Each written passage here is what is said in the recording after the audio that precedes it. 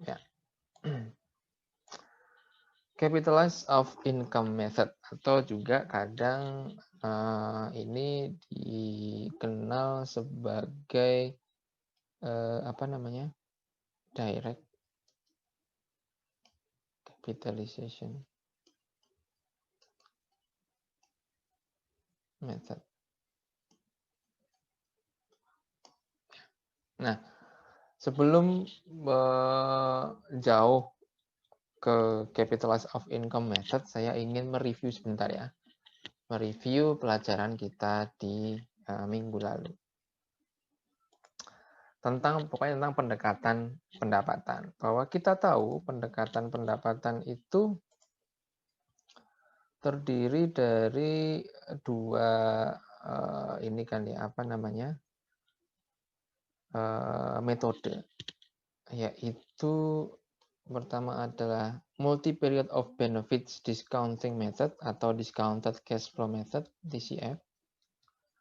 Dan yang akan kita pelajari yang kali ini adalah single period of benefit capitalization method atau capitalize of income method atau direct capitalization method. Ini bisa disebut direct capitalization method gitu ya. Oke. Untuk DCF, kemarin kita sudah belajar ya bahwa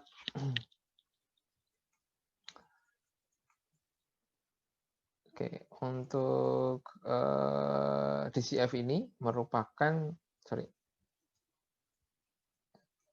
di sini ya. Baik DCF maupun direct capitalization semuanya intinya dia unsur-unsur penilaiannya terdiri dari dua pokok yang besar. Yang pertama adalah bagian pembilangnya atau numeratornya yaitu free cash flow dan denominatornya yaitu atau penyebutnya yaitu discount rate. Gitu ya. Ada free cash flow, ada discount rate. Ya, free cash flow dipengaruhi oleh berbagai hal. Di sini ada revenue, operating cost, and tax. Ya, ini adalah komponen-komponen pada laba rugi, termasuk di sini nanti adalah growth. Ya, dan komponen-komponen pada neraca yaitu working capital dan capital expenditure. Oke, untuk discount rate bisa cost of capital, bisa cost of equity tergantung dari model yang dipakai. Gitu kan. Tergantung dari model yang dipakai. Nah, modelnya ada dua, yaitu model di sini ada model invested capital method dan ada metode equity. Ya. Kalau metode invested capital maka pakainya discount rate-nya adalah net cash free cash flow-nya adalah net cash flow to firm ya, dengan discount rate-nya adalah cost of capital. Sementara untuk net cash flow to equity ya, maka di sini free cash flow-nya tentunya free cash flow to equity dengan discount rate-nya adalah cost of equity. Jadi harus setara atau sepadan. Kalau ininya untuk equity, maka ini juga equity. Kalau ini untuk invested capital, maka di sini juga ke seluruh kapital. Gitu. Oke. Nah, ini tadi hubungannya kalau invested capital nanti ini discount rate-nya, kalau equity maka cost of equity. Masing-masing memiliki cara yang berbeda dalam menentukan net cash flow-nya. Kalau equity, baik equity maupun capital, ya semuanya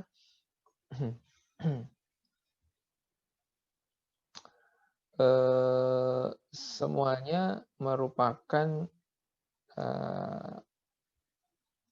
net income ya, atau berawal dari net income. Oke, net income for common shareholders. Gitu ya.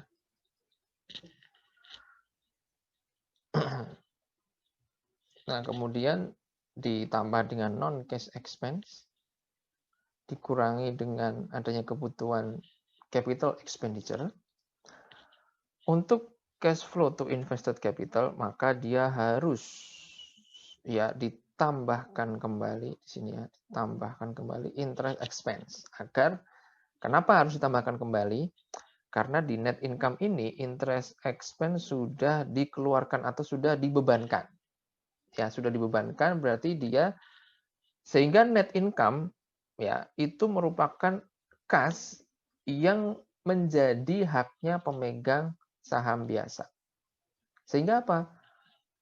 Hak dari kreditur sudah nggak ada. Di net income itu sudah nggak ada hak dari kreditur. Padahal kreditur itu adalah penyedia modal invested capital berupa utang. Maka hak dari si kreditur ditambahkan kembali. Gitu ya. Kemudian di sini ada plus minus change in net working capital ya akan mengurangi cash-nya akan bertanda minus ketika di sini terjadi peningkatan. Peningkatan maka dia akan minus. Karena dengan meningkatnya kebutuhan net working capital, misalnya persediaannya harus tambah banyak. Berarti kan perlu duit yang keluar lebih banyak, maka dia akan. Tapi kalau turun, berarti kebutuhannya berkurang, ya. Berarti kas yang keluar juga akan berkurang. Oleh karenanya turunnya pengeluaran, maka nanti ini akan menambah. Jadi seperti ini. Oke.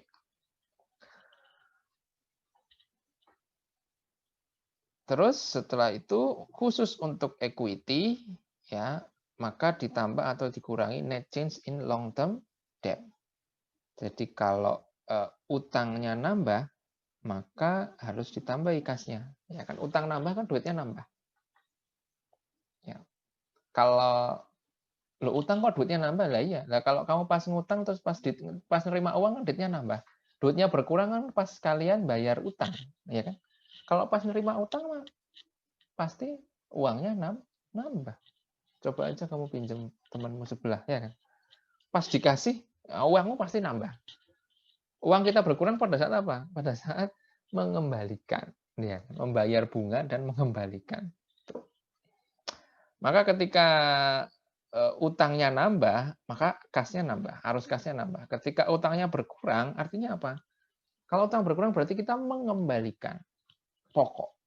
Mengembalikan pokok. Namanya mengembalikan pasti duit kita berkurang.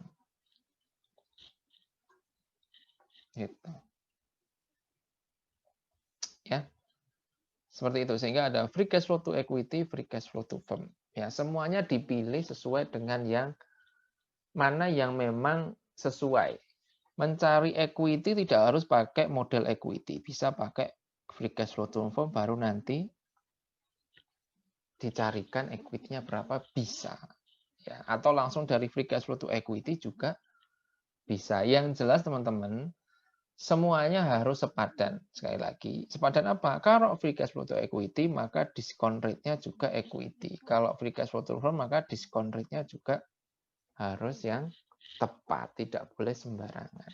Ya, jadi kalau ini cost of equity, kalau ini adalah WACC. Gitu. Bentar ya.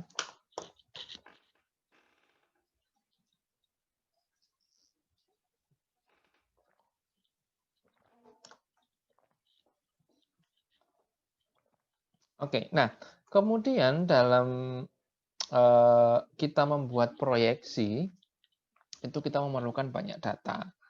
Ada data, nanti akan kita simulasikan ya, kayak data proyeksi kenaikan penjualan, bagaimana proporsi HPP terhadap penjualan, bagaimana beban operasional, ya, naiknya bagaimana, biasanya ini mengikuti inflasi, bagaimana kenaikan penurunan depresiasi, bagaimana pajak, dan lain sebagainya.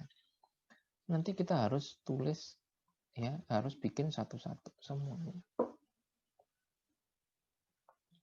Ya, tergantung dari juga kondisi ke depan, apakah lesu perekonomian, apakah bergairah, ya, apakah bisnis kita kayaknya prospek ke depan bagus dan lain sebagainya. Seperti ini, ya, kita kembangkan skenario proyeksi. Harapannya tentunya sebagai penilai kita harus banyak mendapat data dari klien atau dari si objek. Itu apa namanya, defaultnya atau idealnya. Nah, tidak idealnya adalah ketika biasanya penilai pemerintah mau data, itu biasanya bisa ditolak WP. Nah, itu yang kadang mengharuskan kita untuk membuat analisis sendiri. Periode proyeksi dalam DCF ada dua. Ada yang namanya periode tetap atau spesifik, atau saya suka menyebutnya periode spesifik. Ada periode kekal atau perpetuity. Oke. Nah, periode tetap spesifik ini caranya adalah dicari free cash flow-nya lalu di present value pakai 1 plus R pangkat N. Gitu ya. Biasanya range-nya sekitar 5 sampai 10 tahun proyeksinya. Gitu. Lalu setelah itu ada namanya periode kekal yang mencerminkan setelah spesifik itu kira-kira nanti ke depan sampai tak terhingga itu kira-kira bagaimana profil nilai dari perusahaan atau hasil operasi dari perusahaan itu kira-kira berapa. Rumusnya, nah karena ini memuat periode yang nyambung terus, ya maka di sini akan ada growth, ya, nah, memperhitungkan namanya growth. Oke. Nah di sini kalau apa namanya, katakanlah ada periode spesifiknya ada 3, 1, 2, 3. Sementara ini mencerminkan dari tahun keempat, 5, dan seterusnya, gitu ya. Dan seterusnya. Itu adalah periode kekal. Ya, periode spesifik di sini periode kekal. Gitu. Ya. Kalau periode spesifik di sini AKB adalah net cash flow atau free cash flow, ya, atau net cash flow sama aja. Di sini adalah free cash flow dibagi 1 plus cost of equity karena ini modelnya adalah equity kebetulan. Ini tahun pertama, tahun kedua, tahun ketiga. Nah, setelah itu, setelah periode spesifik yang terakhir, di sini kita kemudian ngitung yang namanya periode kekal. Proyeksi periode kekal atau terminal value. Nah, terminal value ini basisnya adalah biasanya free cash flow yang tahun terakhir, proyeksi tahun terakhir. AKB 3, kemudian karena ke depan itu dianggap perusahaan akan tumbuh sampai akhir hayat istilahnya ya. Maka di sini ada komponen yang namanya 1 plus G. Jadi dari free cash flow-nya ini dikasih growth gitu. Kemudian dibagi KE min G. Ya, cost of equity dikurangi growth gitu. Ya. Ketemu ini namanya terminal value. Nah, terminal value kemudian didiskonto ke tahun yang ke-0. Ya. Maka di sini ini kan ada AKB 3 kali sebentar.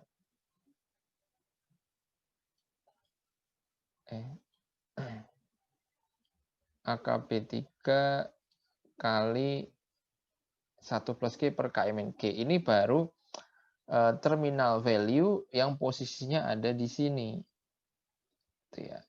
Nah, kita kan harus di present value kan ke nilai kini atau sekarang. Maka ini harus di present value. Present value-nya adalah ini. Ditambah ini dibagi 1 plus KE pangkat 3.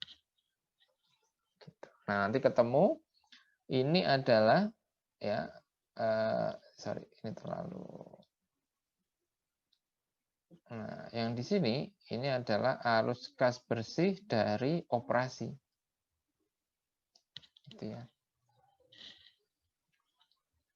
Kemudian ditambah kalau ada aset nilai pasar aset non operasi maka di sini ya. Jadi pada normalisasi itu asetnya kita singkirkan, yang non operating itu kita singkirkan. Gitu ya. Kalau non recurring dihilangkan ya, kalau non operating disingkirkan dulu. Nanti baru akan ditambahkan ke sini menjadi nilai ekuitas total atau nilai from value juga sama. Nanti dari sini dapat specific period, terminal value atau periode kekal, ketemu nilai pasar aset ketemu nilai pasar aset berdasarkan operasi, terus ditambah nilai pasar aset non operasi. Apa sih contohnya? Contohnya adalah kas yang berlebih, yang tidak digunakan sama sekali untuk operasi, terus marketable securities, terus atau investasi di saham jangka pendek gitu ya. Terus misal perusahaan itu punya pesawat, punya villa yang sama sekali tidak relevan dengan bidang usahanya, tapi kayak buat rumah singgahnya direktur misalnya gitu ya. Jadi ini ditambahkan aset non operasi, kemudian ketemu nilai perusahaan atau nilai kapital dikurangi utang berbunga, maka jadilah nilai ekuitas. Gitu ya. Terkait dengan nilai pasar non operasi ini sebenarnya ketika di pendekatan pasar juga prinsipnya seperti ini. Jadi setelah dapat multiple ketemu harganya berapa, nah itu kemudian harus ditambah dulu dengan aset non operasi ya untuk mencerminkan nilai secara realnya berapa. Ya mungkin kemarin belum saya simulasikan, nanti akan saya tunjukkan caranya. Oke, ini ya. Nah, dalam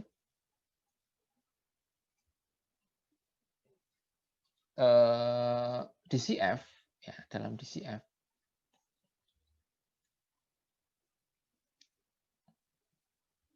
itu ada dua periode kan ya, ada periode spesifik, ada periode kekal. Gitu kan. Nah, untuk yang akan kita pelajari nanti itu hanya ada satu periode, namanya ya single ya, namanya single, satu periode itu periode spesifik. Periode kekal. Nah, kita akan bahas lebih dalam. Dalam pendekatan pendapatan itu kan dikenal dua metode, DCF sama direct capitalization. Ya. Bedanya dengan direct capitalization, bedanya dengan DCF atau discounted cash flow, metode direct capitalization ini hanya memiliki single period yang mewakili seluruh proyeksi dari seluruh periode yang ada. Jadi kalau DCF pakai spesifik sekian tahun yang mungkin itu akan nanti diutak-utik per tahun gitu ya, terus ada periode kekal. Tapi kalau direct capitalization hanya pakai satu dan itu berlaku untuk selamanya.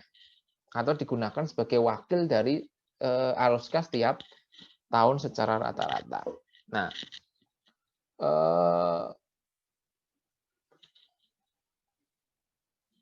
jadi di sini ada periode spesifik gitu ya, sama periode kekal.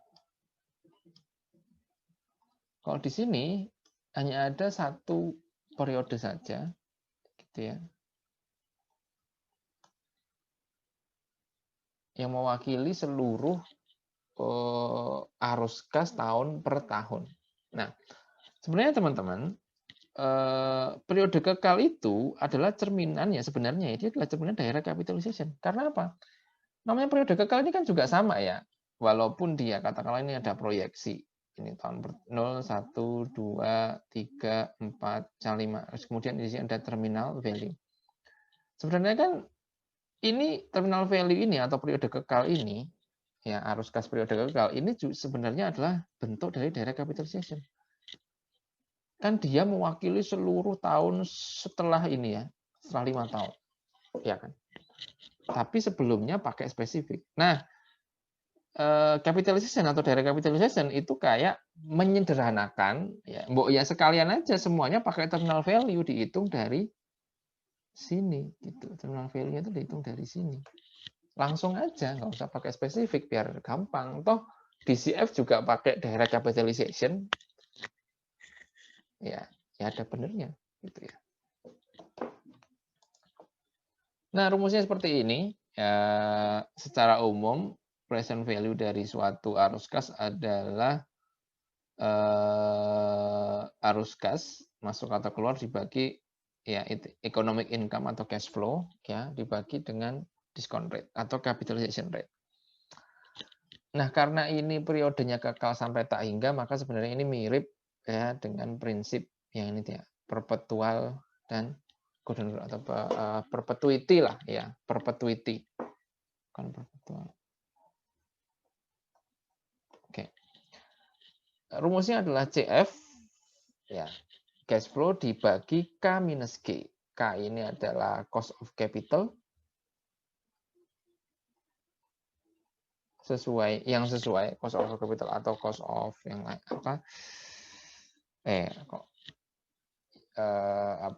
cost of equity sesuai dengan arus kasnya dikurangi dengan growth ya karena ada asumsi dia tumbuh dalam waktu yang konstan, ada growth.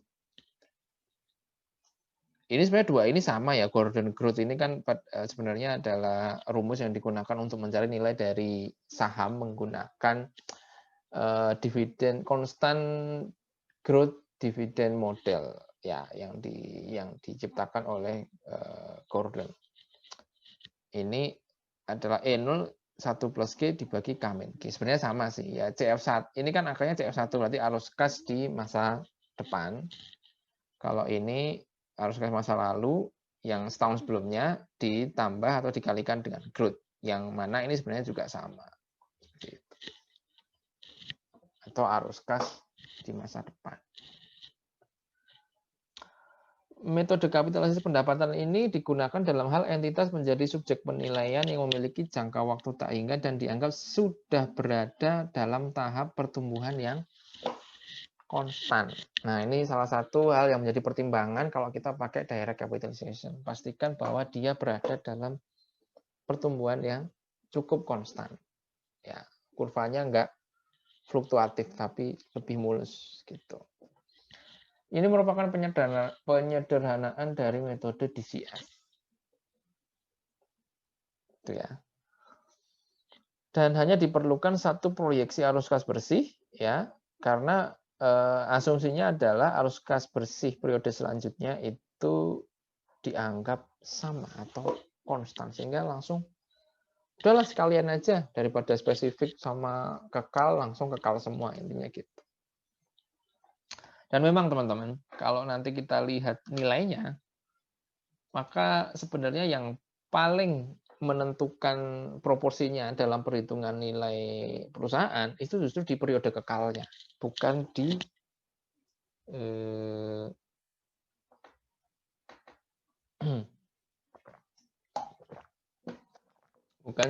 periode spesifiknya. Oke, ini tadi free cash flow dibagi K min G. Kalau kita pakai model ekuitas, maka ini langsung dapat didapatkan nilai ekuitasnya. Ya. Arus kas bersih untuk ekuitas dikapitalisasi dengan tingkat diskonto berupa cost of equity tentunya. Berarti AKB untuk ekuitas dibagi KE cost of equity di minus growth. Itu ya. Nanti setelah ketemu ditambahkan nilai pasar aset non operasi untuk menentukan nilai saham secara keseluruhan. Kemudian ini juga ada kalau kita modelnya kapital ya, maka di diskontonya menggunakan WACC ya, menggunakan WACC. Nah, karena ini adalah single period ya atau periode tunggal atau terminal value maka gunakan ini tadi ya rumus perpetuity di mana ini adalah free cash flow AKB untuk invested capital dibagi K min G, K-nya adalah WACC dikurangi growth. Gitu.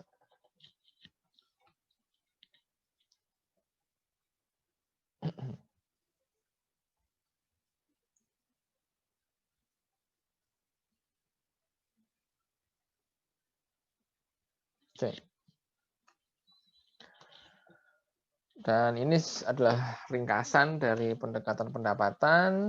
Ya, intinya DCF itu ada dua komponen, ada pembilang, ada penyebut. Pembilangnya adalah free cash flow, arus kas bersih. Menyebutnya adalah tingkat diskonto atau biaya modal. Nah, arus kas bersih ini bisa dicari dan ada dua model, ekuitas maupun invested capital. Ya. Dan arus kas bersih kalau dari perhitungan teknis perhitungan nilainya akan terdiri dari periode spesifik dan periode kontinuitas atau periode kekal. Gitu ya. Nah, kalau direct capitalization ini ya, ini direct. Ini direct, oke. Apa namanya?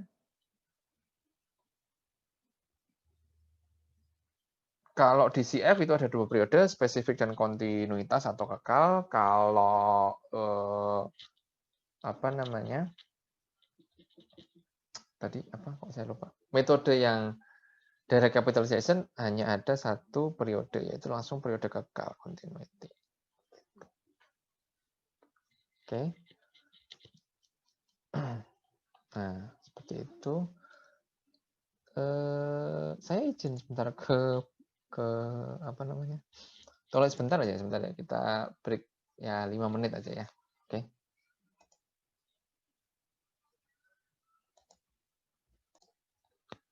Oke. Tadi kita sudah sedikit mereview dan sebenarnya kalau secara konsep ya, direct capitalization ini tentu lebih mudah daripada DCF ya kan, karena DCF itu sifatnya lebih kompleks ya, lebih kompleks, lebih karena dia menyangkut ini kan apa namanya, apa nih? Karena dia menyangkut beberapa periode gitu ya. Nah, setelah ini saya akan coba share. Nah, ini di kertas kerja Excel ini ya tentang menyusun proyeksi, tapi sekarang menggunakan direct capitalization. Oke, kalau tadi DCF memang lebih sulit ya, karena periodenya banyak, ya ada spesifik, ada kekal, spesifiknya terdiri dari beberapa tahun. Kalau direct capitalization cuma satu. Bedanya pada saat mendiskontokan. Kalau direct capitalization maka dia memperhitungkan juga growth ya, WACC-nya apa, discount rate-nya itu adalah K-G atau WACC minus G gitu ya. Jadi prinsipnya sama. Data-data yang diperlukan pun sama gitu. Oke, kita akan mencoba sekarang simulasi. Saya akan simulasikan dulu, nanti teman-teman tugasnya adalah membuat proyeksi yang sama menggunakan metode yang lain ya. Jadi ini akan saya peragakan salah satu simulasi melakukan penilaian dengan membuat proyeksi dari nol gitu ya, menggunakan metode apa namanya direct capitalization. Misalnya kita ada kasus ya, diminta untuk menilai, ini studi kasus komprehensif dengan pendekatan pendapatan. Misalnya kita diminta untuk hitung nilai perusahaan berdasarkan invested capital atas kepemilikan saham ekuitas 30% pada PT APS. Nah, sebelumnya kita harus kumpulkan data-data. Mengumpulkan data-datanya ya berasal dari minta ke klien, ke objek penilaian, ke data-data apa namanya terkait kayak Bloomberg atau di Damodaran dan lain sebagainya, dan data ke BI, data Kemenperin, data di BPS, semuanya lah ya, entah itu industri, inflasi, nilai tukar, country risk premium, rating dari negara kita, kemudian US market return dan lain sebagainya.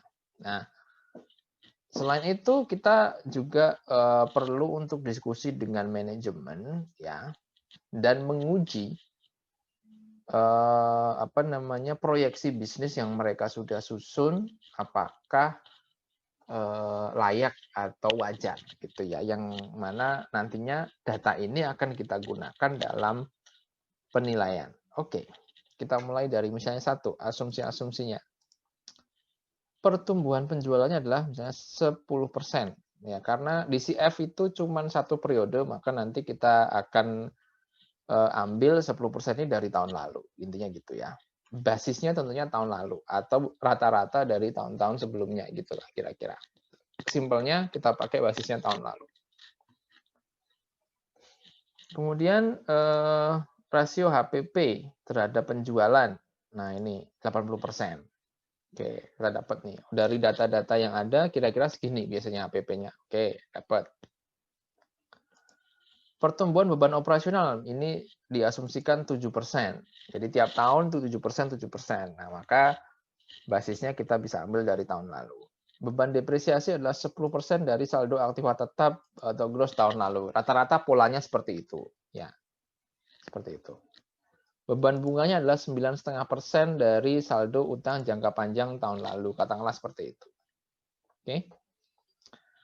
Ini adalah asumsi proyeksi laba rugi.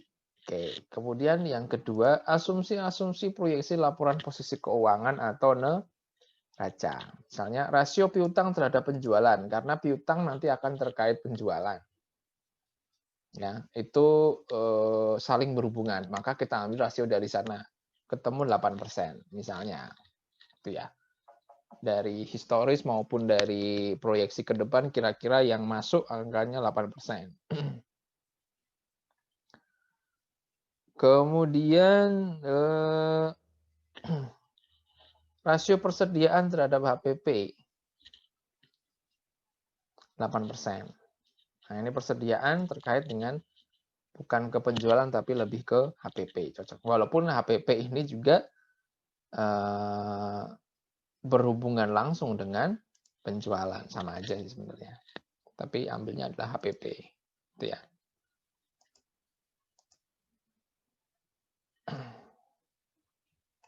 Ini 80% tentunya ini dari penjualan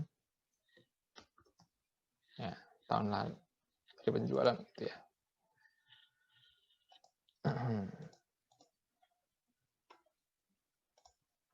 Nah, terus rasio utang lancar terhadap HPP 9%.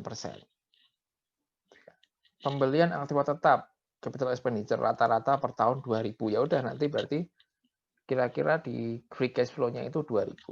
Kita pasang begitu ya. Dividen payout ratio-nya 80%. Misalnya. Dividen payout ratio ini adalah rasio dividen yang dibayarkan terhadap nilai net income. Gitu ya. Seperti itu. Oke, kemudian ini penambahan utang jangka panjang atau utang kapital, gitu lah ya kita sebutnya gitu ya. Utang kapital itu sekitar 3.000 per tahun, ya rata-ratanya gitu. Misalnya kita ambil seperti itu. Nilai pasar utang jangka panjang, ya ini 27.500 ya. Ini sebenarnya diambil dari neraca sih sebenarnya. Neraca tahun ini gitu ya. Nah, lalu ada asumsi-asumsi periode proyeksi seperti cost of equity, cost of debt, tax rate, kemudian data, kita ingat bahwa persentase kepemilikan yang kita hitung adalah 30%, minority discount adalah, di sini diasumsikan 25%, atau ini DLOC ya, DLOC. Ini DLOC. Terus DLOM-nya, discount of marketability adalah 40%, DLOM. Itu ya.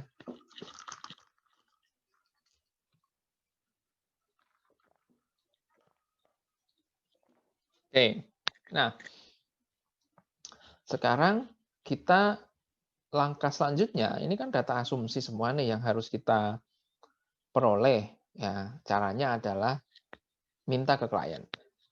Terus pelajari prospek ekonomi ke depan. Nah, lalu evaluasi apakah data yang diberikan klien itu masih wajar. Gitu. Oke, sekarang kita ambil atau menyusun proyeksi. Nah, ini angkanya sudah ada, tapi nanti akan saya jelaskan dari mana dapatnya. Gitu kira-kira ya. Penjualan.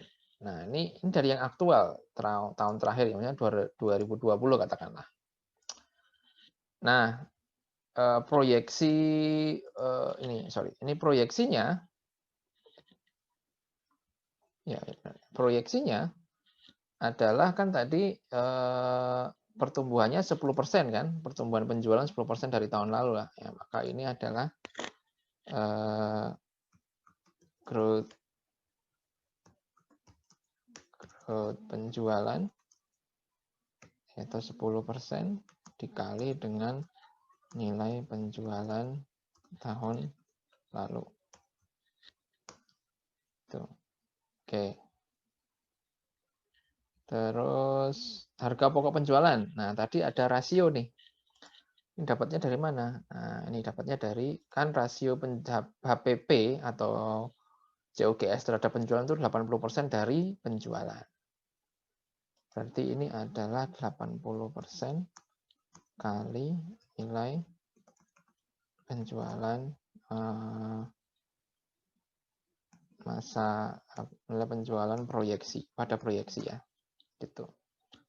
Ini kita pakai cuma satu proyeksi karena memang kita pakainya adalah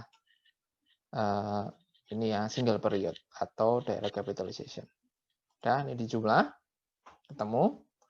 Beban operasional tadi ada data naik 7% tiap tahun. Berarti dari tahun lalu 7% ya kita ambil. Nah, ini adalah 7% kali beban tahun lalu. Ya, ini semua sesuai data asumsi yang diketahui. Itu ya. Semuanya sesuai. Ini salah. Ini oke. Kemudian beban depresiasi. Beban depresiasi itu mana tadi? Beban depresiasi ini 10% dari saldo aktiva tetap. Oke, 10% dari saldo aktiva tetap gross tahun lalu. Ya, atau tahun lalu. Kita lihat di neraca tahun lalu aktiva tetapnya berapa? 50.000. Oke, 50.000 berarti tadi berapa tadi? 10% ya. Oke, 10% kali saldo aktiva tetap tahun lalu. Ini sesuai dengan data asumsi yang diketahui juga. Kemudian ketemu nyari beban bunga. Nah, ini misalnya beban bunga. Beban bunga tadi gimana nyarinya? Data asumsi ada enggak beban bunga? Oh, ada. Adalah 9,5% dari saldo utang jangka panjang tahun lalu. Kira-kira hubungannya seperti itu ya, mencarinya. Oke, berarti saldo utang tahun lalu 2020 aktual kita lihat jangka panjang ya. Meskipun sebenarnya nggak cocok ya, nggak pas kalau hanya utang jangka panjang aja yang dihitung. Bukan berarti itu ya, ini hanya untuk menyederhanakan. Sekali lagi konsep yang benar adalah kalau utang yang diperhitungkan adalah utang yang berbeban bunga atau utang kapital. Ini hanya untuk menyederhanakan saja. Oke. Berarti ini adalah 9,5% dikali dengan saldo utang jangka panjang tahun lalu. Ya, asumsinya tentunya adalah kalau di sini utang jangka panjang adalah hanya satu-satunya utang yang berbeban bunga. Kalau jangka pendek enggak, itu asumsinya. Oke. Semuanya sesuai dengan ini ya. Sesuai dengan data langsung yang diketahui. Udah ketemu laba sebelum pajaknya. Pajak 30%. Nah, pajak 30% tadi ya udah 30% kali ini ketemu laba bersih. Nah, kita berarti sudah berhasil membuat apa namanya? Ini 30% kali laba sebelum pajak proyeksi. Kerja. Ketemu udah nih. Laba rugi proyeksi. Oke, laba rugi proyeksi. Sekarang kita beralih ke membuat proyeksi di item yang lain. Karena memang biasanya yang dibuat proyeksi tidak hanya laba rugi dok, maka nanti kita nggak bisa menentukan bagaimana capital expenditure, change in net working capital, change in long term debt, itu kita nggak bisa. Nah, makanya harus dibuat juga laporan posisi keuangan proyeksi. Nah, pertama adalah kas. Di sini kas. Kas ini ngambilnya ini mengambil ambil data dari laporan arus kas proyeksi.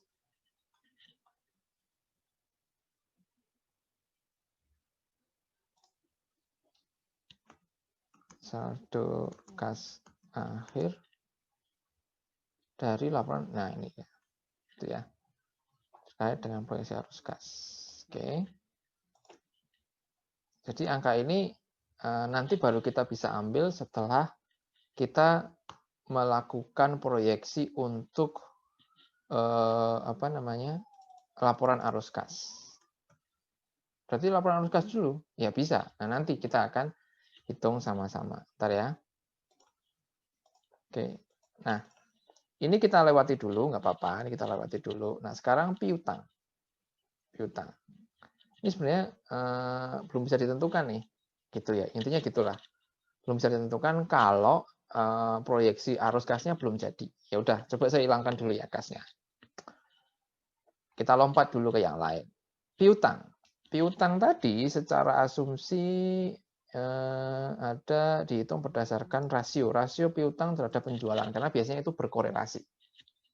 Jadi misalnya dari historis dan kemudian melihat perkembangan di masa depan, kita lihat bagaimana kecenderungannya. 8% dari penjualan, berarti di sini 8% dikali nilai penjualan proyeksi. Nilai penjualan proyeksinya adalah 220.000. Oke, ketemu ya, ketemu. Persediaan tadi juga ada data asumsi atau perkiraannya, yaitu mana tadi? Rasio persediaan terhadap HPP 8% juga. Rasio persediaan terhadap HPP 8%. Berarti 8% ini kali nilai HPP atau COGS proyeksi. Itu ya.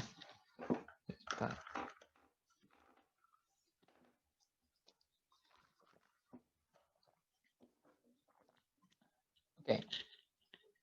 Nah, terus aktiva tetap. Nah, aktiva tetap tadi gimana caranya? Nah, ini adalah saldo aktiva tetap tahun lalu ditambah dengan asumsi tambahan capital expenditure. Gitu. Kita lihat data asumsinya seperti apa. Ini tadi udah semua ya, tadi udah semua. Sekarang di sini pembelian aktiva tetap atau capital expenditure. Ternyata besarnya adalah 2.000. Berarti ini ya 50.000 ditambah 2.000 jadi 52. Gitu ya. Terus akumulasi depresiasi. Nah, akumulasi depresiasi ini adalah saldo akumulasi depresiasi tahun lalu ditambah beban depresiasi pada proyeksi. Nah, di laba rugi. Ya, di laba rugi. Kita lihat. Awalnya kan 20.000, ya kan? 20.000 ditambah dengan beban depresiasi diproyeksi 5.000. 20.000 ditambah 5.000 jadinya kan 25. Temu ya. Dah. Ini kasnya belum nih. Gak apa-apa, nanti dulu. Ya, sabar. Utang lancar. Oke, utang lancar nyarinya tadi ada juga berdasarkan perkiraan proyeksi. Utang lancar adalah 9% dari HPP. Rata-rata 9% dari HPP. Maka berarti di sini adalah 9% dikali HPP proyeksi. Nah, kita lihat 9% kali HPP-nya ini ya, proyeksi 176. Ketemu ini. Nah, terus utang jangka panjang. Utang jangka panjang ini kita lihat data asumsi juga. Bagaimana asumsi pertumbuhan utang tiap tahun? Ya, secara rata-rata kan kadang nambah utang, kadang lunasi utang gitu. Secara rata-rata seperti apa gitu ya? Ternyata 3.000. Ketemu 3.000 dari data yang kita dapatkan. Berarti penambahan utang ini tambah 3.000 ya. Jadi saldo utang tahun lalu, utang jangka panjang tahun lalu ditambah 3.000 sesuai asumsi, semua sesuai asumsi.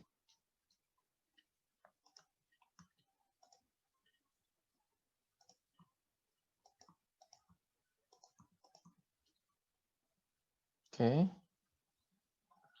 Terus ekuitas. Ya, ini ambil data dari laporan perubahan ekuitas. Nah, ini juga sebenarnya kita belum tahu. Nah, gitu ya. Sabar, nanti satu-satu. Jadi ada 2 data yang kita masih pending. Gitu ya. Sini ya. Oke. Kita ke proyeksi setelahnya. Nah, sekarang ke laporan perubahan ekuitas. Nah, kan laporan perubahan ekuitas. Saldo awal ekuitas ini ambil dari saldo ekuitas tahun lalu. Ya. Kita lihat tahun lalu kan ini. Nih, 29.708. Oke, dapat ya? Udah. Laba bersih ya, ambil dari laba bersih proyeksi. Dapatnya dari mana? Ini dari sini 11.241. 11.241. Oke ya. Dividen. Nah, dividen ini adalah caranya dividen payout ratio dikali dengan laba bersih proyeksi. Gitu. Ini sudah sesuai dengan data yang diketahui. Berapa dividen payout ratio-nya? Kita lihat tadi udah ada. Mana? Nah, ini 80%. 80%. Oke, ini rata-rata lah ya, rata-rata. Ini asumsinya kita udah dapat semua dari tim intinya gitu ya, teman-teman tinggal ngolah. Oke, 80% kali apa bersih, ketemu saldo akhir. Nah, saldo ini nanti menjadi sumber data di neraca proyeksi. Berarti 31956 ya. Ini tadi ya, ambil data dari laporan perubahan ekuitas sama dengan ini. Temu kan? Oke. Sudah, lalu kita ke laporan arus kas proyeksi. Oke, metode tidak langsung ya ini ya. Oke, bentar, muter-muter dulu. Saya sambil minum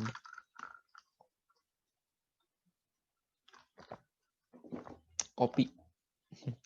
Main begadang bikin soal. Oke. Next ya. Oke, kita lengkapi proyeksi yang kita buat. Nah, laporan arus kas ini sebenarnya sudah dipelajari teman-teman waktu prinsipal atau di tingkat 1. Di manajemen keuangan mungkin sempat disinggung, tetapi tidak terlalu dalam barangkali. Nah, laporan arus kas ini sebenarnya adalah ya intinya laporan perubahan kas. Kas masuk dan kas keluarnya seperti apa. Intinya menjelaskan bagaimana saldo awal kas tahun, bagaimana penambahan pengurangan kas bersih, gini sebenarnya, dan bagaimana dan berapa saldo kas akhir tahun. Nah, perubahannya, misalnya perubahan saldo kasnya 6.800, nah ini dari unsur apa saja, kan gitu ya. Nah, dalam laporan arus kas, saya review lagi ada 3 komponen, yaitu dari sisi operasi, yaitu dalam sisi dari sisi hasil operasi ya, baik itu memperoleh pokoknya kas yang diperoleh dari usaha, kas yang dikeluarkan dalam rangka usaha gitu ya. Jadi kas masuk dari penjualan, kas keluar untuk bayar gaji, untuk bayar persediaan, dan lain sebagainya. Itulah kira-kira ya. Nah, yang kedua adalah arus kas dari sisi investasi. Ya, investasi ini misalnya apakah kita beli aktiva tetap dan apakah kita jual aktiva tetap. Kalau beli keluar uang, kalau jual dapat uang. Oke. Terus kalau arus kas dari sisi pembiayaan itu adalah arus kas ini kalau di neraca ya, investasi ini di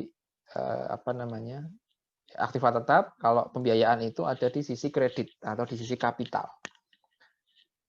Kalau kita nambah utang berarti arus kasnya nambah, bayar utang kasnya berkurang, nerbitin saham kasnya nambah, beli treasury stock maka uangnya berkurang. Kira-kira seperti itu.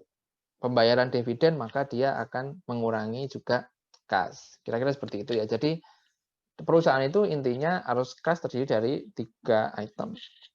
Operasi, investasi, dan pembiayaan.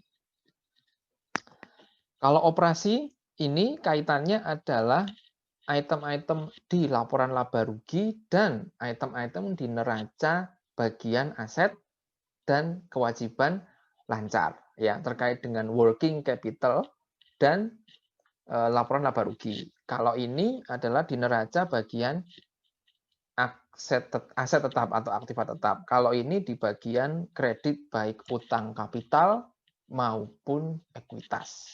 Ya, oke, kita coba breakdown satu-satu. Dengan metode tidak langsung, ya sebenarnya kan gini, arus kas dari operasi itu kan hasil dari kegiatan berjalannya perusahaan dalam menjalankan usahanya. Nah, sebenarnya kan hasil usaha itu kan bisa dilihat dari net income, ya kan? Net income itu kan mencerminkan penjualan itu kan uang masuk, ya kan? Terus ada expense itu kan uang keluar, ya kan? Cuma sayangnya karena akuntansi pakai basis akrual, maka net income itu tidak lagi semuanya berupa apa? Berupa kas. Tidak semuanya berupa kas. Oleh karenanya, kita bisa ambil net income-nya, tetapi harus dilakukan penyesuaian. Nah, penyesuaiannya adalah yang di bawah ini ya. Jadi ini sebenarnya ada adjustment to net income, gitulah, penyesuaian laba bersih.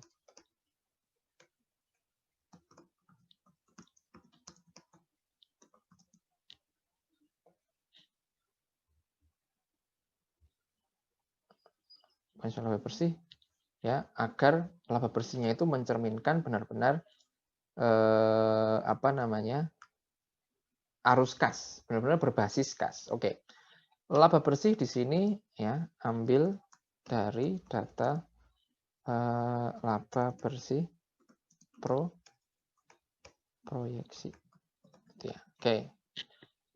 Menyesuaikan laba bersih misalnya dengan menambah depresiasi.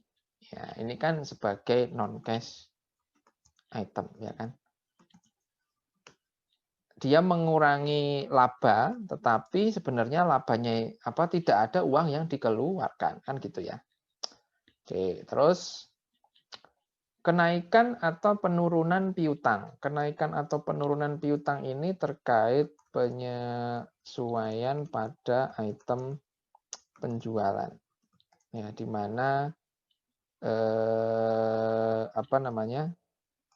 Di gini, penjualan itu kan kadangkala kita tidak terima pembayaran secara cash, tapi masih berupa piutang kan. Nah, kalau penjualan ini di sini ya, penjualan ini sebagian adalah belum kita terima cash-nya, berarti kan sebenarnya ini tidak mencerminkan seluruhnya adalah cash yang kita terima, gitu kan ya. Nah, bagaimana bisa mengetahui supaya kita bisa mengekstrak bagian yang cash doang, yang bersifat cash doang, maka kita pakai ini piutang. Kalau piutangnya naik, ya piutangnya ini 16.000 ini jadi 17.600, artinya apa? Ada bagian dari penjualan ini yang masih berupa piutang dan belum kita berhasil tagih berupa cash. Makanya kita bisa pakai penyesuaiannya berdasarkan perubahan piutang. Nah, begitu ya. Penyesuaian item penjualan, saldo piutang proyeksi dikurangi saldo piutang tahun lalu. Nah, oke, dah. Minta kecilin dikit ya. Oke, nah nih. Terus kenaikan penurunan persediaan. Nah,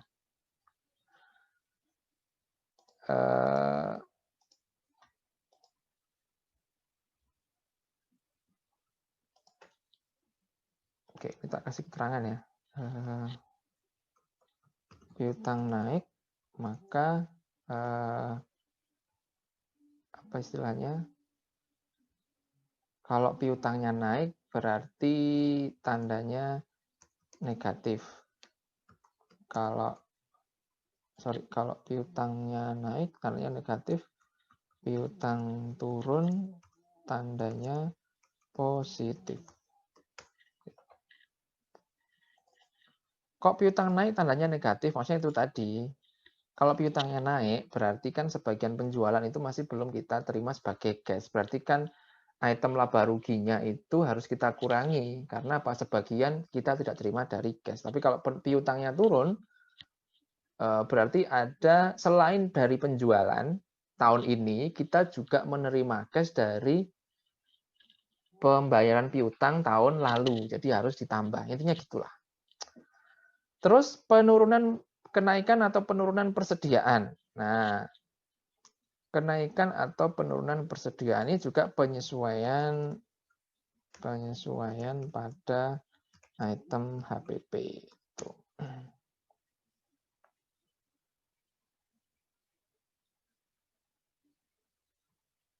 Ya, jadi saldo persediaan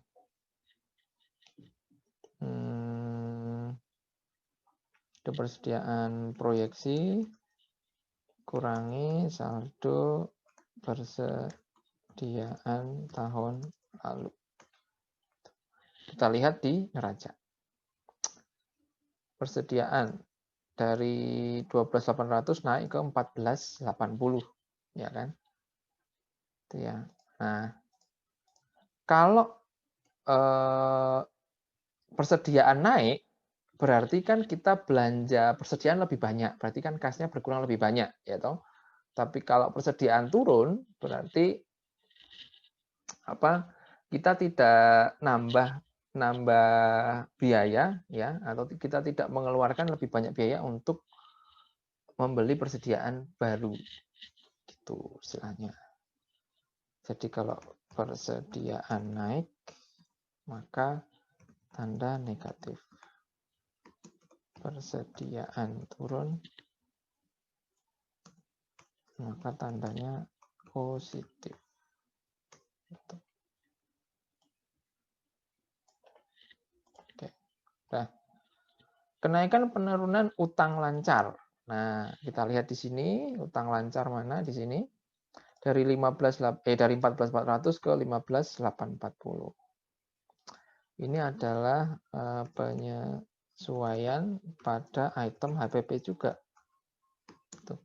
Pada saat kita misalnya gini, pada saat kita beli persediaan, kadang kan kita bayar cash atau ada sebagian yang kita masih utang.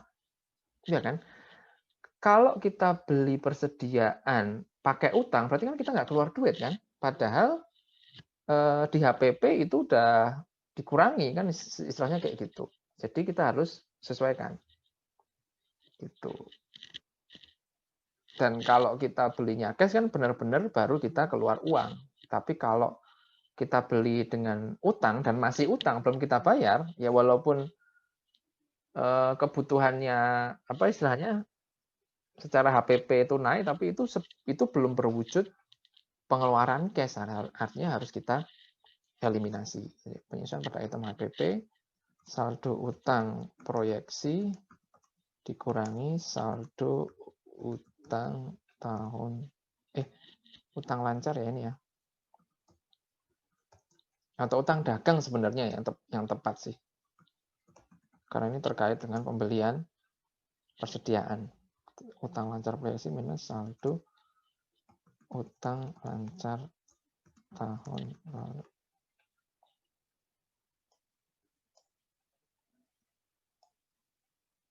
Oke. Utang lancar naik. Tanda positif. Ini beda. Utang lancar turun. Tanda negatif. Ya. Kalau mau gampang, bingung antara piutang, persediaan, dan utang. Ya. Ini naik tanda negatif, ini naik tanda negatif, ini naik tanda positif. Ya, kalau mau cara gampang-gampangan, maka kalau aset lancar naik,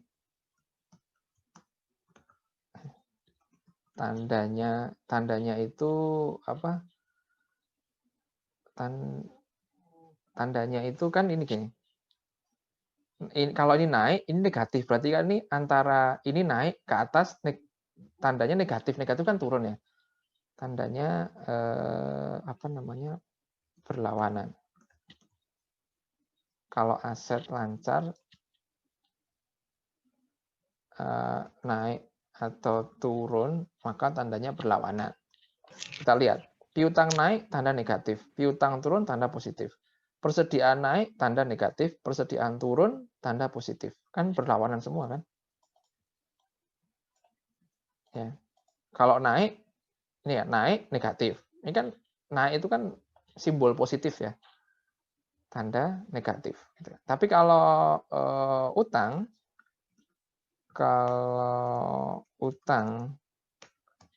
lancar naik atau turun, itu tandanya seirama. Nih, utang naik, tanda positif. Naik sama positif kan seirama ya. Utang lancar turun, tanda negatif. Seirama, gitu intinya. Ini perlawanan sama, gitu aja sih. Oke. Terus di jumlah, nih arus kas dari operasi. Ya. Pembelian arus kas dari kegiatan investasi. Ya, kan tadi pembelian aktiva tetap rata-rata per tahun kan 2.000 ya. Ini sesuai dengan data asumsi. Oke. Kegiatan atau arus kas dari kegiatan pembiayaan. Peningkatan utang jangka panjang ini juga 3.000 tadi sesuai dengan data proyeksi, gitu ya. Terus pembayaran dividen, ini juga sudah kita hitung tadi sesuai data proyeksi. Nah, udah.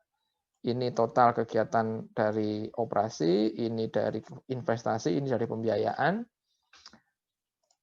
Ditambahkan ini dari operasi, investasi, dan pembiayaan, totalnya penambahan atau pengurangan kas bersih adalah positif 6808. Oke.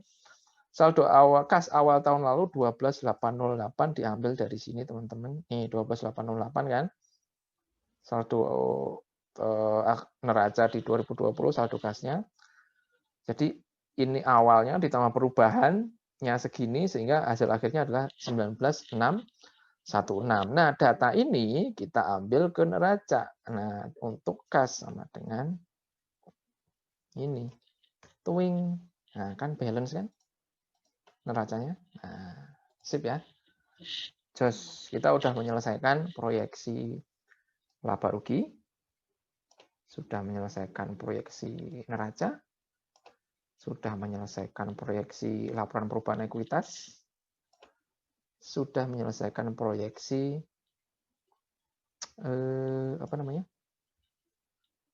laporan arus kas. Nah, tinggal sedikit nih langkah kita akan selesai untuk direct capitalization. Gitu ya, teman-teman. Ini adalah pelajaran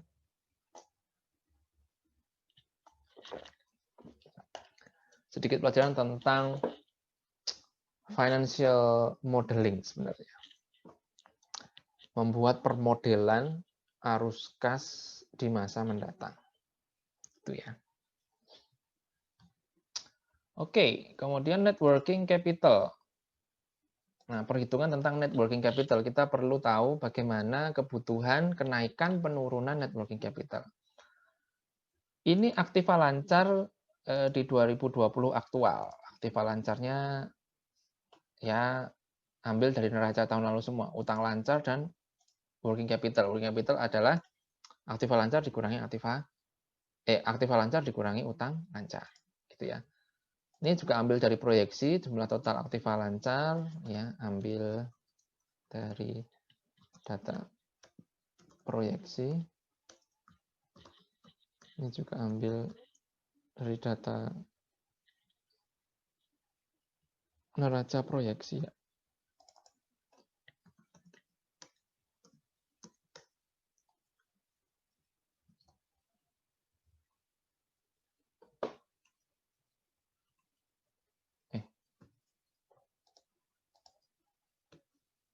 Nah, ketemu working capital 2020 dan proyeksi sekian. Nah, sekarang perubahan working capitalnya gimana? Ternyata dari sini ke proyeksi itu naik. Berarti rata-rata untuk perubahan working capitalnya adalah 8.248. Kira-kira seperti itu.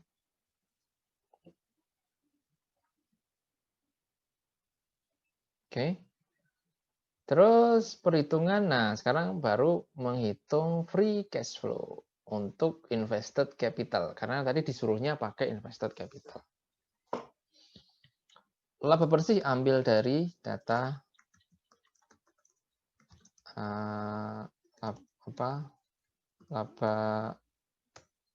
laba rugi proyeksi, gitu ya.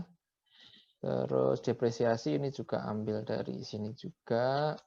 Terus capital expenditure sesuai ambil data asumsi, ya kan. Interest expense ini ambil data laba rugi proyeksi, ada tadi udah kita hitung. Kenaikan penurunan modal kerja ambil dari hitungan perubahan net working capital di atas ya. 8248 ya. Ini kan nambah, berarti di sini tandanya harus mengurangi gitu ya. Seperti itu. Oke. Ketemu nih free cash flow to firm-nya 8.605. Ya, nah kalau gini kan udah ketahuan nih ternyata ya itu tadi prosesnya bagaimana kita menyusun free cash flow itu item by item itu semuanya ditentukan dari teman-teman harus menentukan beberapa hal ini, asumsi-asumsi itu. Mencari bagaimana penjualan, mencari HPP, mencari beban operasional, mencari depresiasi, bunga, mencari piutang, persediaan, utang lancar, dividen, pembelian aktiva tetap, penambahan utang jangka panjang, cost of capital, ya kan? Semuanya ini setelah kita runut-runut tadi ya, dari pertama kan mulai dari laba rugi dulu, selesai. Terus ke neraca, neraca yang kas di skip dulu. Terus ini kita isi semua. Ekuitas juga kita skip. Setelah itu ke laporan perubahan ekuitas. Ketemu ekuitas akhir, baru ini jadi sumber data di sini. Terus habis itu kita ke laporan arus kas. Kita ambil datanya, terus sampai akhirnya jadi. Nah, ini akan menjadi data sumber saldo kas proyeksi di neraca. Tuh. Udah. Setelah itu hitung-hitungan net working capital. Ya, ini dari data yang di atas ketemu. Baru cari free cash flow. Ketemu free cash flow nih, gitu. Oke, teman-teman. Bagaimana kita, makanya nanti kalau menilai, benar-benar menilai pakai pendekatan pendapatan, maka kita harus cari tahu tentang item-item ini semua. Terus bikin proyeksi. Gitu. Menarik ya. Nah, kalau begini, itu kan meyakinkan. Wah, ini emang hitung-hitungannya itu, apa istilahnya, semuanya itu jelas, itu dari mana gitu. Itu akan meyakinkan kita sebagai seorang penilai ini kertas kerja yang menjadi senjata. Oh, emang benar-benar dihitung ya, gitu ya. Saling berhubungan, jadi nggak ngasal angkanya itu, asal nembak itu enggak. Gitu. Semuanya ada, bisa dijelaskan lah intinya. Oke, dah. Lalu kita cari data, misalnya ini WACC. Kebetulan ini langsung ya, karena ini bukan fokus kita ya. Kemarin kita udah mendetail bagaimana mencari satu persatu. Cost of debt, cost of equity, bagaimana mencari risk free, beta, mencari apa tuh, equity risk premium, gitu kan. Dan lain sebagainya. Dari kebanyakan kita cari dari Damodaran. Terus ini ada data asumsi growth yang tadi mungkin belum ini di atas ya. Growth-nya misalnya 5%, ya, growth atas arus kasnya. Nah, di sini free cash flow-nya lalu kita present value dengan menggunakan atau memperhitungkan growth ya. Jadi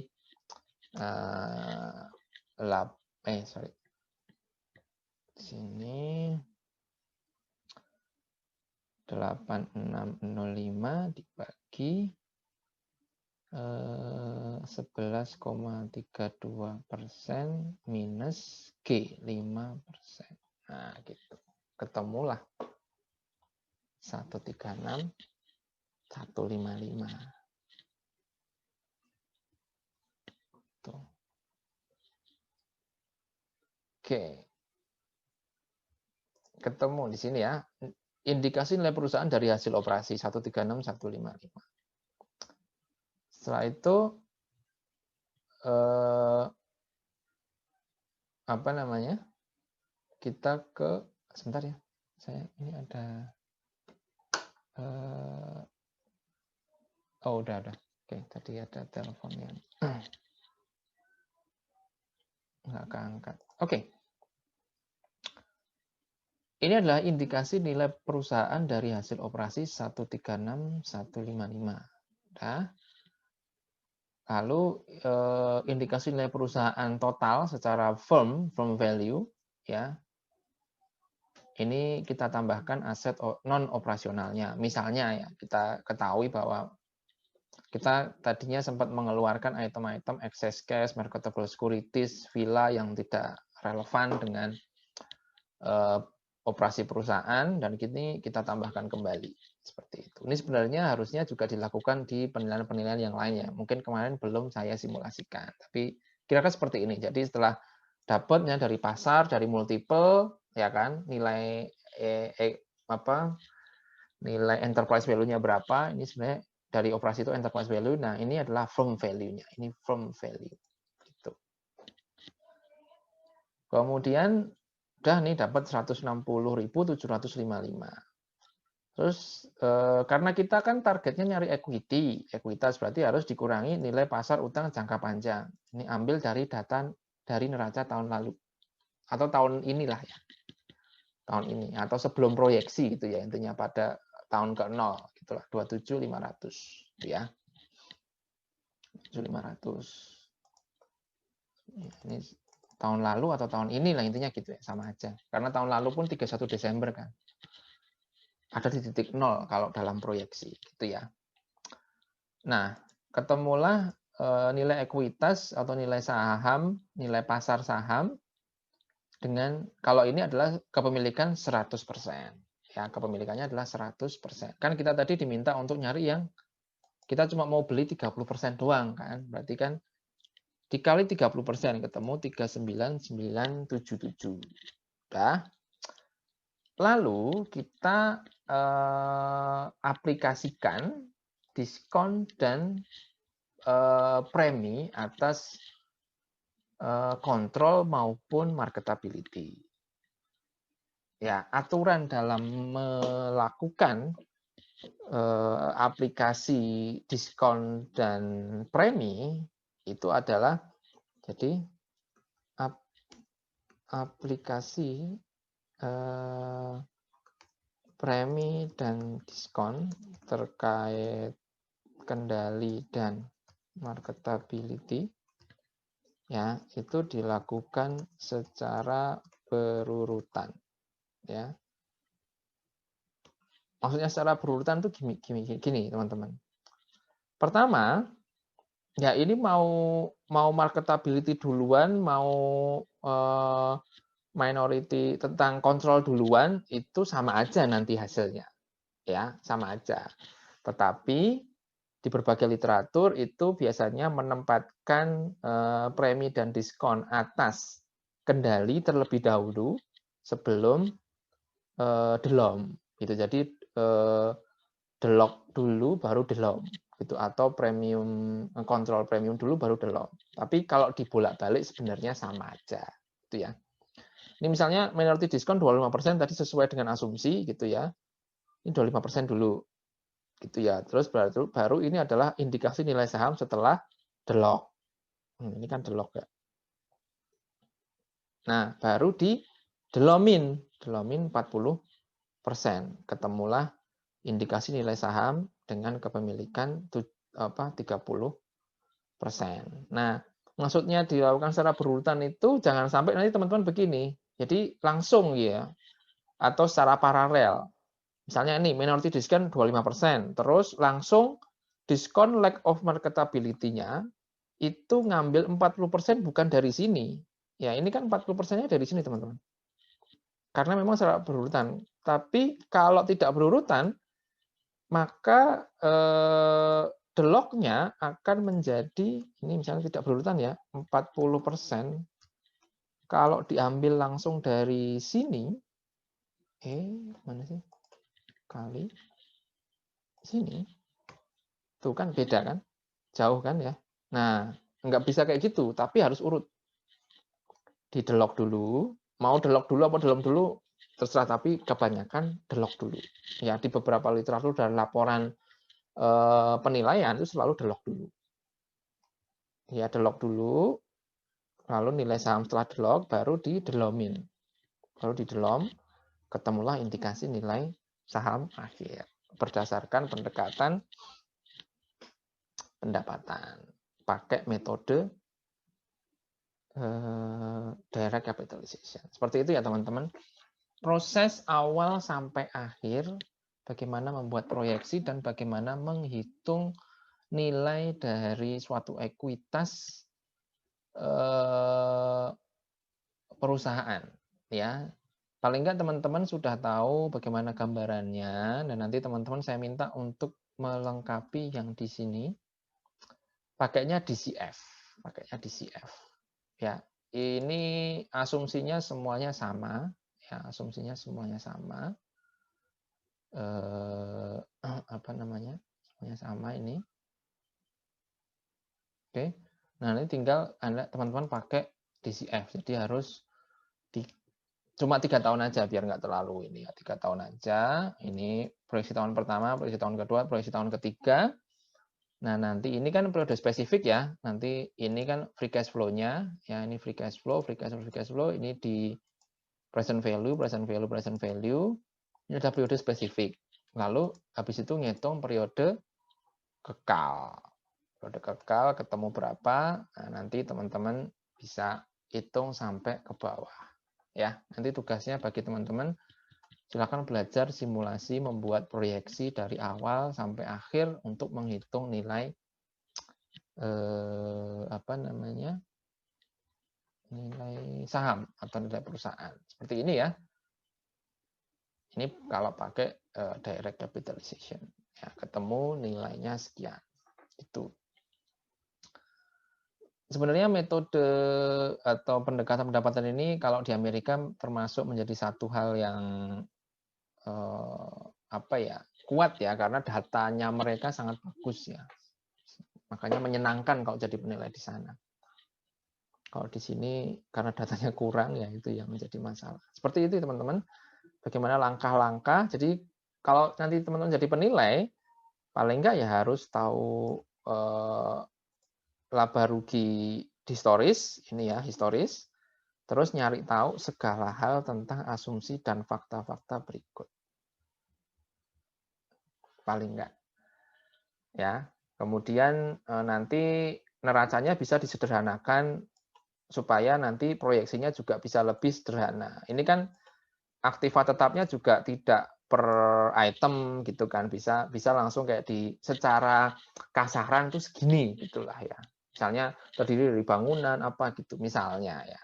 Nah, kalau banyak banget nanti bisa diklasifikasikan yang lebih mudah. Ya, bisa seperti itu.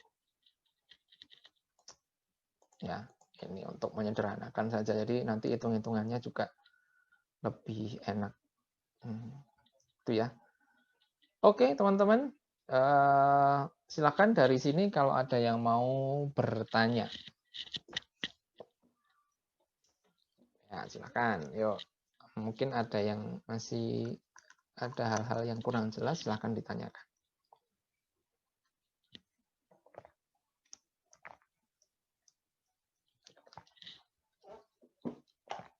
Ada enggak? Yuk, ada tidak yang mau bertanya? Nih.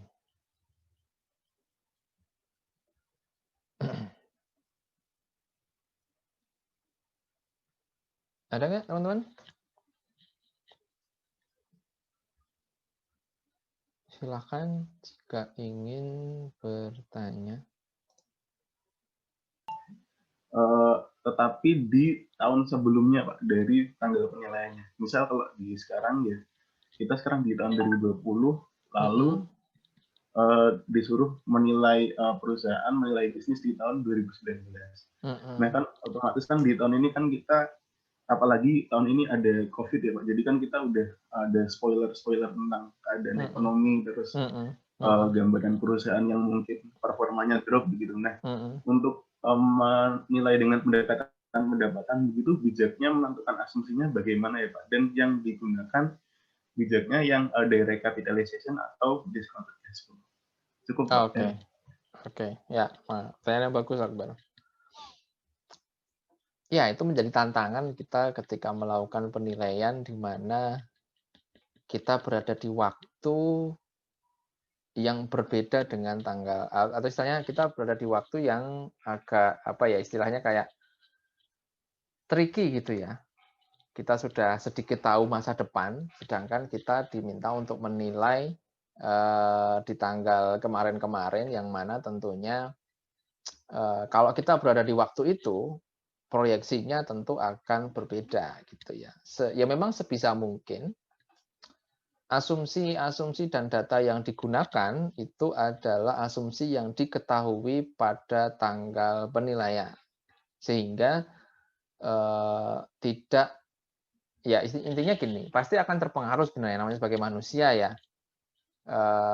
Anda ketika mengetahui fakta tertentu gitu kan, misalnya Anda orang yang dari masa depan atau nonton siaran ulang sepak bola aja lah ya, pasti kan serunya akan berbeda kan, gitu kan ya. Anda wah habis habis ini nanti oper ke sini nanti gol nih kan, pasti beda, gregetannya beda kan.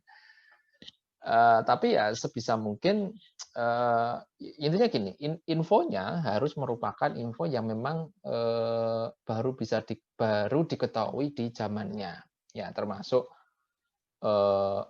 data-data inflasinya, data-data pertumbuhan ekonominya itu adalah yang diketahui pada masa itu atau di tanggal penilaian. Nah, pada saat membuat proyeksi ini memang apa namanya, ya agak tricky ya sebenarnya, dalam artian ya pasti kita punya pengaruh karena kita sedikit mengetahui masa depan gitu kan.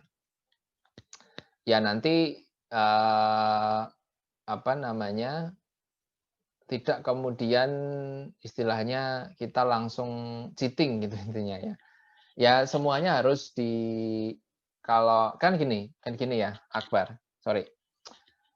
Menilai itu kan tidak hanya menggunakan satu metode. Bisa saja mungkin dengan metode pendapatan karena sedikit mundur karena kita sedikit sudah maju, maka mungkin nanti dalam menyusun proyeksi kita sedikit ada pengaruh bahwa kita mengetahui fakta-fakta tertentu yang kita sudah lalui. Misalnya proyeksi tentang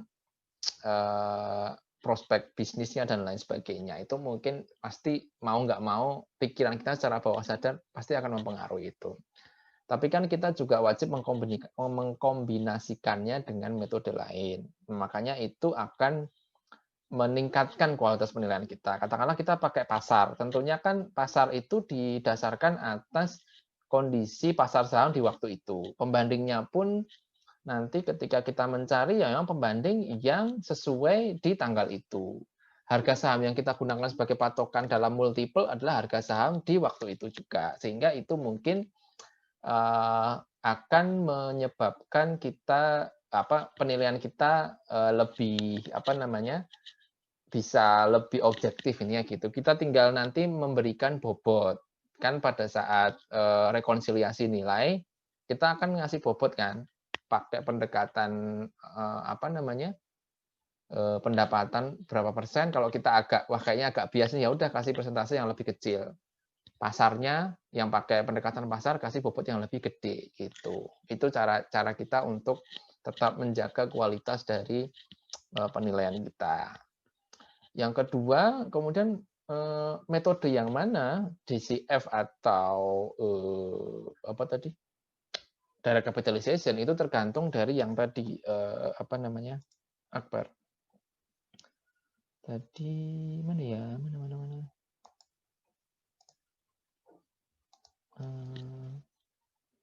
Ada sudah pernah. Nah, ini dia. Metode kapitalisasi pendapatan itu digunakan dalam hal biasanya dianggap sudah berada pada tahap pertumbuhan yang konstan, gitu ya. Jadi tidak terlalu berfluktuatif, gitu ya. Sudah mature,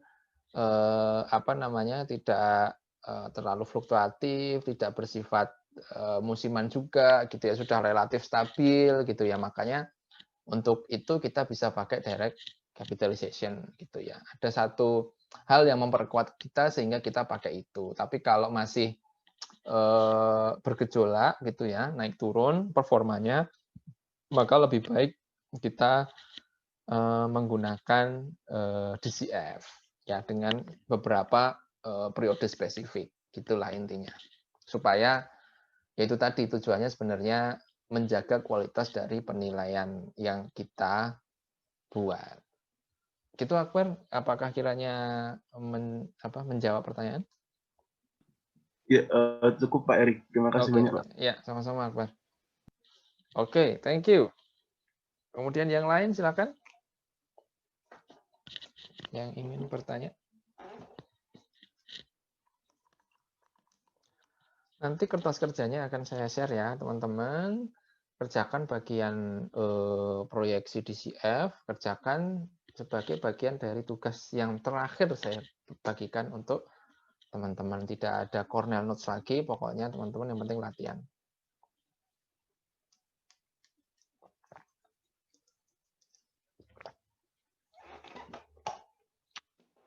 Yuk, yang lain?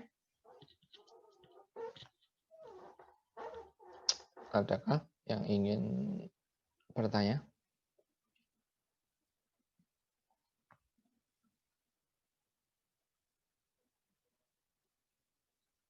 Oke. Untuk ujian nanti ya teman-teman, tetap seperti kemarin ada IC, ada multiple choice, ada problem. Ya, pastikan teman-teman ingat teman-teman melakukan simulasinya gitulah. Dengan kita melakukan simulasi nanti akan sangat amat membantu ketika kita ujian karena udah tahu trik-triknya, udah tahu langkah-langkahnya. Ya paling ya gitu-gitu aja. Ya. Mau ngapain lagi sih? Penilaian itu langkahnya gitu-gitu aja. Ya. Jadi apa namanya? Ini yang akan teman-teman sangat butuhkan ya latihan, membiasakan diri gitulah. Ya ibaratnya kayak kita mau lomba aja kan latihan kan ya. Mau balapan itu orang-orang juga membiasakan diri dengan sirkuit ya gitu biar tahu medan ya gitu ya. Saya yakin teman-teman dengan persiapan yang matang, persiapan yang bagus bisa mendapatkan hasil yang maksimal juga. Ini jarang-jarang loh teman-teman ilmu ini ya sebenarnya untuk bisa mendapatkan ilmu ini itu jarang-jarang ya di forum-forum itu jarang-jarang. Mahal ilmunya. Penilaian ini masih langka lah. Nanti teman-teman bisa kembangkan lah pasti dengan passion ya kalau kita udah suka itu akan sangat membantu kita ya itu kayak menjadi pelicin lah dalam apapun lah namanya kalau udah senang itu udah ada passion ya kita ingin menjadi seorang penilai yang hebat pasti belajar pun terlihat kalau enggak itu kayak ada yang kurang gitu enggak merasa terpaksa tapi gatel rasanya pengen belajar itu. Oke, ya yang lain silakan. Barangkali masih ada yang ditanyakan. Minggu depan saya juga akan sedikit melakukan review ya. Sebenarnya kalau pembahasan tentang diskon dan premi itu relatif singkat karena sebenarnya teman-teman secara aplikasinya itu yang ini tadi gitu ya. Dan diskon dan premi itu kayak tidak ada rumusnya. Jadi cuma ada range aja. Itu mungkin kita perlu banyak belajar dari praktisi kalau tentang penentuan besaran delom dan premi of control. Itu di beberapa aturan itu hanya range saja. Kalau perusahaan terbuka sekian, kalau perusahaan tertutup sekian, kayak gitu. Bukan sekian, tapi antara sekian sampai sekian, antara sekian sampai sekian, gitu. Jadi tidak ada rumusnya itu susah. Kalau di Amerika, mereka punya statistik yang bagus. Jadi kayak gini, ya istilahnya harga transaksi perusahaan tertutup dia punya datanya, transaksi perusahaan terbuka itu dia punya datanya, dan kemudian membandingkan di antara keduanya bagaimana perbedaannya sehingga menjadi dasar berapa kira-kira delomnya kayak gitu, kira-kira. Oke, ada lagi teman-teman?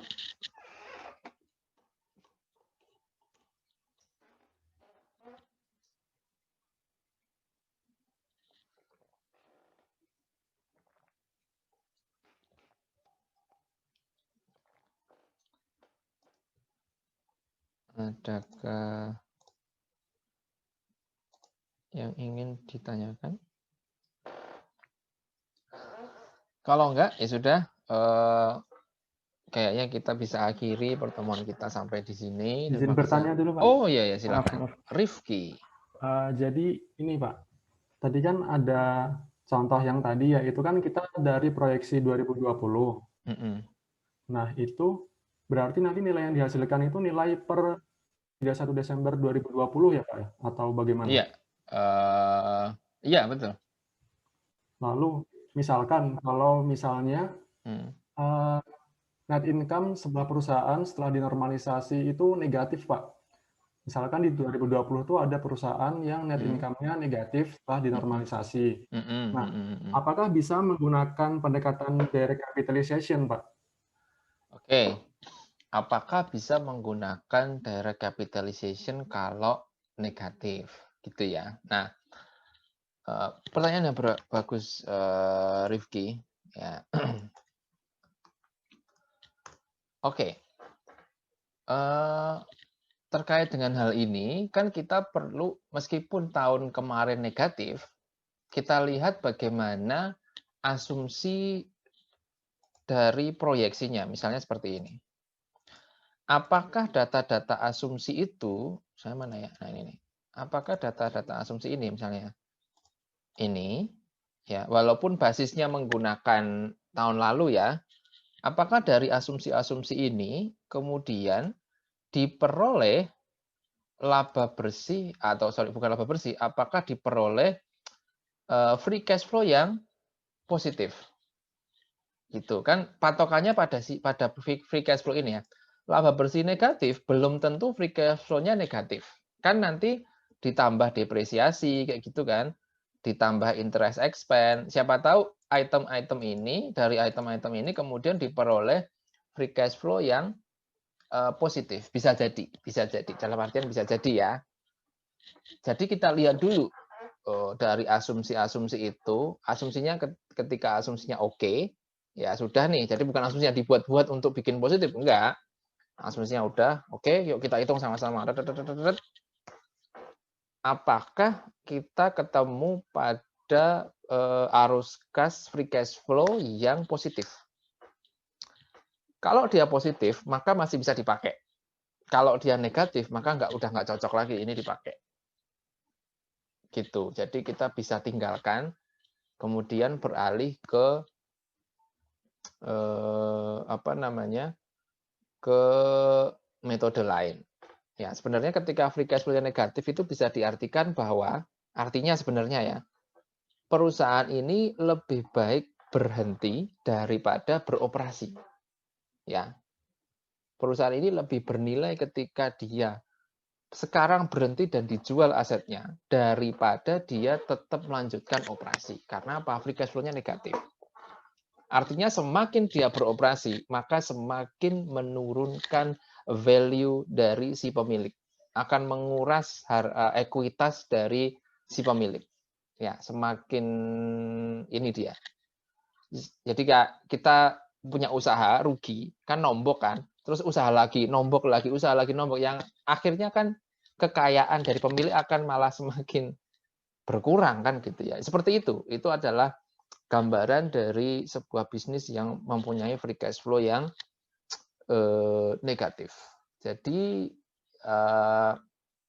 mungkin tidak bisa kita lanjutkan atau kita bisa di sini punya gambaran bahwa nilai likuiditasnya lebih tinggi daripada nilai going concern-nya. Artinya daripada tetap berjalan operasinya, mending berhenti. Karena semakin dia beroperasi, semakin rugi. Gitu. Jadi liquidated value-nya lebih tinggi daripada going concern value-nya. Nah, tentunya ini kalau pakai pendapatan kan agak nggak bisa ya. Nantinya kita harus menggunakan mungkin pendekatan yang lain atau menggunakan premis yang lain. Intinya seperti itulah. Gitu ya. Tadi siapa yang bertanya? Rifki, Rifki ya. Udah jelas gitu, Rif? Tapi masih ini sih Pak, misalnya Mana? nih, tadi kan kalau pendapatannya itu, net income-nya itu negatif terus kan tidak bisa ya Pak ya? Bukan net income-nya, free cash flow-nya. Iya, free cash flow-nya negatif terus kan tidak bisa. Nah, tapi kalau misalnya dia tuh free cash flow-nya negatif tuh hanya di 1 tahun aja Pak, jadinya tahun-tahun Oh, belakang itu ya, berarti kan pakai positif, tapi DCF hanya ini. Berarti pakai dari DCF. capitalization nggak bisa ya Pak ya?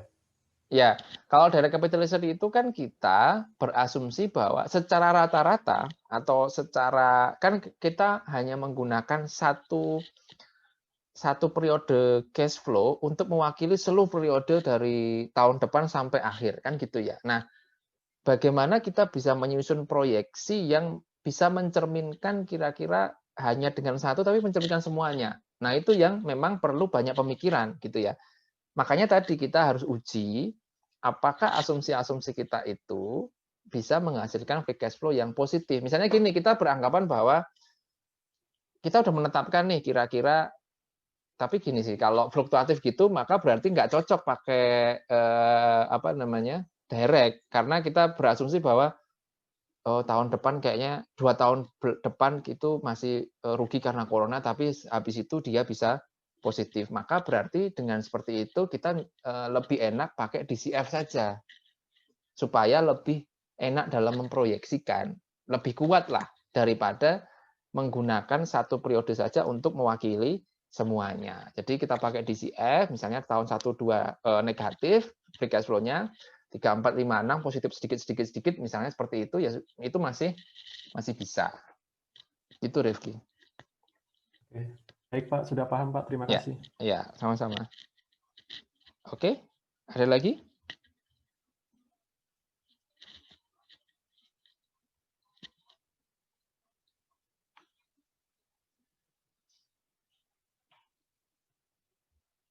Ada lagi?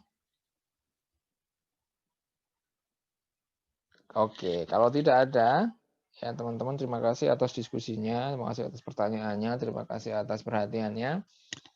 Tetap semangat ya untuk ujiannya, percaya bahwa kalian bisa mendapatkan hasil yang maksimal, pokoknya usaha yang terbaik, berserah diri, sabar, tekun tentunya. Itu aja. Oke. Saya tutup dan saya mohon maaf apabila ada kesalahan. Ketemu lagi di minggu depan. Jangan lupa kerjakan simulasinya ya. Saya pamit. Assalamualaikum warahmatullahi wabarakatuh.